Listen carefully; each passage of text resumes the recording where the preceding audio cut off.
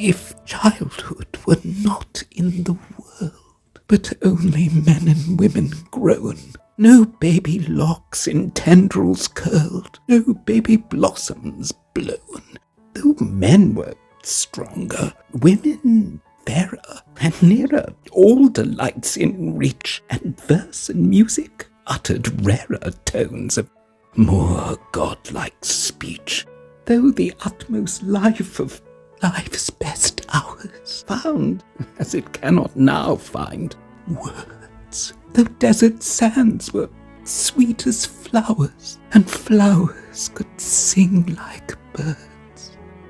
For children never heard them, never they felt a child's foot leap and run. This were a drearier star than ever yet looked upon the sun.